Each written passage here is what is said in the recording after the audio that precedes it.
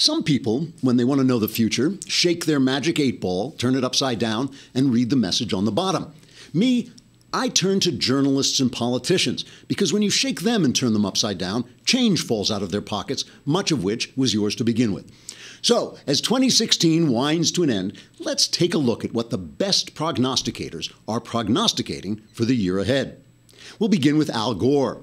The former vice president is famous for predicting climate change would destroy the world in approximately 2 years ago. That prediction turned out to be amazingly accurate after we realized the world he was talking about was the one inside his mind. For 2017, the man nicknamed Crazy Al by a team of baffled psychiatrists is predicting the terrible climate crisis will continue, with the weather getting so hot that most of the Midwest will be buried under snow until April. Global warming seminars held in 20 below temperatures will cause a virtual epidemic of unintended irony.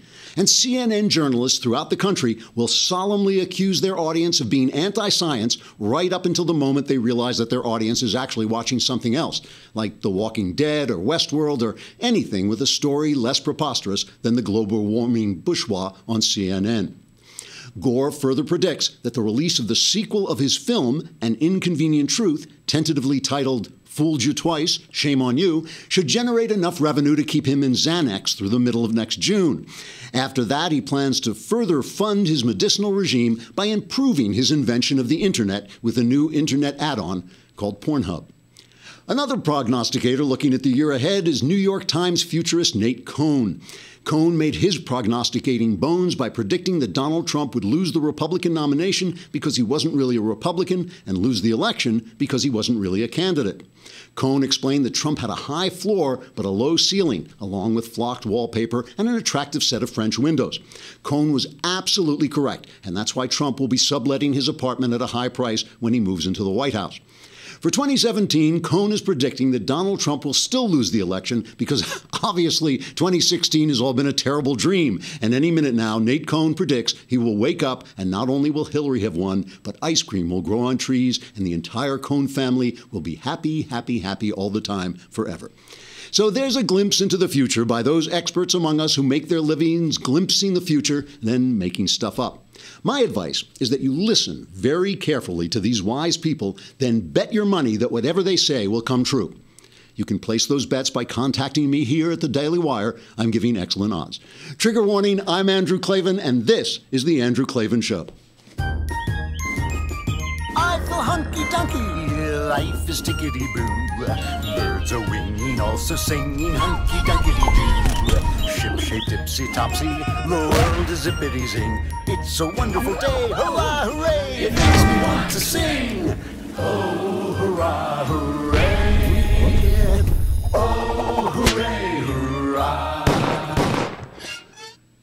That never gets old. What's the latest weight? I can just what is she? She's made. It's a maid of milking. A maid of milking.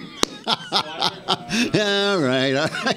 Come on, give the guy a break. He's working. At least somebody's doing something here. Swan does have a swimming cap and goggles on. Now the Swan has a swimming. Okay, we caught up on the Swans. But who knows what the maid will be doing next week or over the weekend, over the Klavanless weekend, which is almost upon us, and Christmas is almost upon us. It's like coming out at us like a train. And one thing we don't want to have happen to you, we don't want you to be driving home to see your family, maybe going a little bit too fast and get caught in a speed trap. We don't want you to drive too fast. We don't want you to drive unsafely, but we also don't want you to get taken advantage of by some municipality with a ticket quota that's making up its debt by catching guys who are going a little bit fast. So what we are doing is we are promoting Rocky Mountain Radar and their devices, and we called the folks at Rocky Mountain Radar and asked them if they would give our audience, our specific audience, a chance to try this stuff out, and they are slashing their prices by 50% if you go on RockyMountainRadar.com/Andrew. You will get 50% off some of their premium products. This is the only radar device that is made that not only detects speed traps, but also messes with their radar. So they can't get a good reading on you before you have time to slow down. So you will see them coming. That's an amazing stuff. It was developed by a guy who worked in the defense industry. His job was to fool guided missiles. So he built the stuff. So when you shoot a guided missile at a jet plane, he built the stuff that makes the missile miss. So he figured, hey, This is hard. What would be easy is using this to make the radar get a bad reading on your car until you are going close. Now, of course, that doesn't work if you're traveling 100 miles an hour. And if you're traveling 100 miles an hour, we can't help you anyway because you're doing the wrong thing. But if you're a little bit over the speed limit, as we almost always are, and you get hit in one of those places where they're collecting money by giving people tickets, this is the stuff. It is the only technology that both detects the guy and scrambles his radar. This is how much they back their products.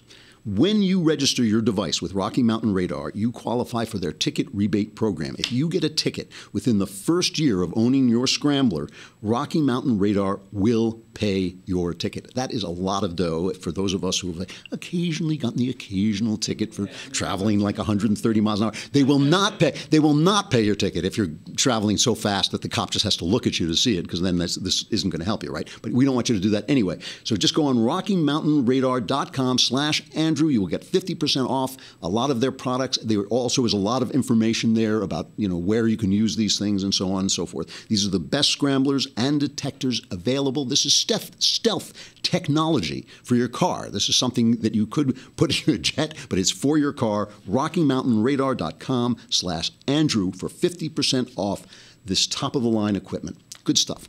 Okay, so the electors vote on Monday to ratify the will of the American people. But fortunately for the Democrats, celebrities are here to save them from them. We thought, the Russians rigged the election, James Comey rigged the election, there's all this stuff. But now, finally, they have brought celebrities to save the day before the Electoral College ratifies this. Now, what this teaches us is the left never learns anything. Do you remember? You remember when during the election, we had celebrities come out with that Save the Day video? Do we have a little slice of the Save the Day video? Okay. But we can end this nightmare before it begins. We can save the day. For our children. For our children. For our children. For our communities. For our communities. For our communities. For America. For America. For America. All it takes is all of us. All of us. All of us. We cannot pretend both sides are equally unfavorable. We can't say one vote doesn't matter. Your vote matters. Your vote matters. It affects everything. Not just the presidency, but the Senate. The House. Your local officials. Immigration. Immigrant. Student debt. Common sense gun laws. The Supreme Court. Now that was so effective, because they didn't just lose the presidential election. Remember, they lost everything. They lost everything. So at the time, I don't know if you remember this, a ad company came out with a response to this, which I just loved. This was a classic response to the Save the Day video. This is have you got it? Yeah. Election Day is Tuesday, November 8th. I know this because some famous actors told me. Thanks, famous actors. Thanks, famous actors. Thanks, famous actors. I had no idea. No idea. I was just thinking sometime in December, maybe January. Wait, it's this year? I thought it was over. It turns out this election is important. Really important. Really important. Really, really important. Because I thought it was, no big deal. Again, thanks, famous actors, because It's times like these when we realize just how lucky we are to have Famous Hollywood actors. Okay. So that was, if anything, if that video, that original Save the Day video did anything, it probably gave Trump a couple of votes. Probably a couple of never-Trumpers just thought, I can't vote for Donald Trump, but I'll vote against Hollywood actors. I'm doing it. So now they have a new video, and we're going to play the entire thing because it's comedy gold. They have a new video where famous actors come and tell us tell the electors, Republican electors, that they must vote their conscience and therefore vote against Donald Trump and save us all from the hideous fact that the Democrats lost the election to Donald Trump. But just to be fair, I said that the left never learns anything. If you pay attention, especially if you're watching on Facebook, YouTube, or on our site, The Daily Wire, if you're watching, you will notice a subtle difference between these famous actors and the famous actors in the original. So pay attention. Here's the entire video of famous actors telling Republican electors to basically betray their trust. Republican members of the Electoral College, this message is for you. As you know, our founding fathers built the Electoral College to safeguard the American people from the dangers of a demagogue and to ensure that the presidency only goes to someone who is to an eminent degree endowed with the requisite qualifications. An eminent degree. Someone who is highly qualified for the job. The Electoral College was created specifically to prevent an unfit candidate from becoming president. There are 538 members of the Electoral College. You and just 36 other conscientious Republican electors can make a difference. By voting your conscience on December 19th. And thereby shaping the future of our nation. I'm not asking you to vote for Hillary Clinton. I'm not asking you to vote for Hillary Clinton. I'm not asking you to vote for Hillary Clinton. As you know, the Constitution gives electors the right to vote for any eligible person. Any eligible person, no matter which party they belong to. But it should certainly be someone you consider especially competent. Especially competent to serve as President of the United States of America. By voting your conscience, you and other brave Republican electors can give the House of Representatives the option to select a qualified candidate for the presidency. I stand with you. I stand with you. I stand with you.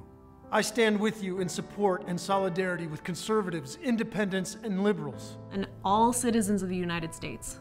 The American people trust that your voice speaks for us all. And that you will make yourself heard through the constitutional responsibility granted to you by Alexander Hamilton himself. What is evident is that Donald Trump lacks more than the qualifications to be president. He lacks the necessary stability. And clearly the respect for the Constitution of our great nation. You have the position, the authority, and the opportunity to go down in the books as an American hero. Who changed the course of history. And you have my respect. You have my respect. You have my respect. For your patriotism. And service to the American people. Unite for America. That is amazing. We have the respect. If we will just do what they tell us, we will have the respect of Hollywood celebrities. I am so excited. I mean, I have to say my immediate reaction to that is two words, one of which I can't say on the air, and the other one of which is you. And I mean, that immediately just comes pouring out of me. But if you were paying attention, if you were watching on the Daily Wire, if you subscribe, you can see these things, you would notice that two big differences between these celebrities and the Save the Day celebrities.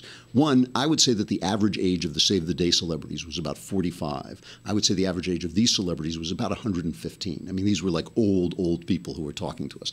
And I don't mean to make fun of that because a lot of conservative celebrities are older. You know, you see guys like Jon Voight coming out. Why is it the older celebrities come out as conservative? It's because they don't have as much to lose. They're not as afraid. Jon Voight doesn't have to be afraid that his career is going to end because he expresses his political opinions. So I think that the people who were in the original video, and the other thing is, you notice the star power in the original video was much, much bigger. It was Robert Downey Jr., Scarlett Johansson. Those are two of the biggest stars in the country. If we can say there are still big stars, those were big stars. They weren't going to put their integrity on the line for this. I mean, remember, I'm old enough to remember when questioning the outcome of an election was actually unpatriotic. So the hypocrisy here is stunning. And what they're asking people to do is stunning too. You know, I mean, if these guys have a problem with their conscience, they don't need Martin Sheen to tell them what to do. I mean, I suspect most of these guys are voting for the Republican candidate with a great deal of joy. Even if he wasn't their first pick, they may be voting for him with a great deal of pleasure and joy. This is nuts. And all I can tell you is I think it's going to have the exact same effect that the Save the Day video. But it's part of a phenomenon that we are seeing that is really, really telling. It's part of, well, you know, we'll get back to what it's, actually I have a little more time before I have to say goodbye. It's part of this phenomenon of somehow this election can't be happening. That's what we can call it. It can't be happening. It's got to be a nightmare. It's got to be something that's in my worst dreams. If you go back and you look, here's a collection from our friends at Newsbusters of reporters and journalists and experts, so-called experts, trying to say that the election isn't fair because it was done according to the American rules with the Electoral College instead of by the popular vote. We're talking about a candidate who's lost in a historic way in terms of the popular vote, but clearly won in the Electoral College. There was also profound soul-searching for millions as well, asking, how did this happen? Hillary Clinton winning the popular vote. Is this something of a national emergency? And are journalists afraid to say so because they're going to sound partisan? I don't think in this sense, when you look at the Electoral College, that people have spoken, because Trump has lost the popular vote by almost 3 million votes. But that's not the Electoral College. Wait, 1 second. And when you look at the roots of the Electoral College, the roots of the Electoral College are rooted in slavery. Do you think it's time to take a look at the Electoral College system? If we are never going to use the Electoral College, then we should abolish it. We need to get rid of the Electoral College. Yes. And let's not forget that after this is over, like we forgot it in 2000. I'm not saying get rid of the Electoral College and the idea that a state is worth a certain amount of delegates. That is one then piece turn it of into the a puzzle. delegate. That is one piece of the puzzle that needs to be changed. Right. This whole election cycle has shown us what the founding fathers have created needs to maybe change. I think this whole searing election experience may leave people just with less trust in the system, period, with questions about why, for the second time in the lifetime of a lot of people, the person with the popular vote is not president.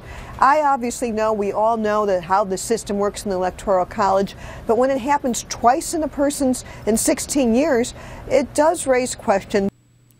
So which is it? Is it the Electoral College was put there by Hamilton when he was taking off from his Broadway show, when he took time off from his Broadway show to invent the Electoral College? Was it put there to save us, or was it put there to damage us? Which is it? You know, it's like they're saying we should have won the football game because we gained more yards. Just because you got more points, that doesn't mean anything. All right, we got to say goodbye to Facebook and YouTube. Come on over to the Daily Wire and subscribe. You know, yesterday's mailbag was fantastic. You could have been there. You could have been part of that mailbag if you would only subscribe to thedailywire.com, which is a lousy $8 a month. You can spare it. Come on.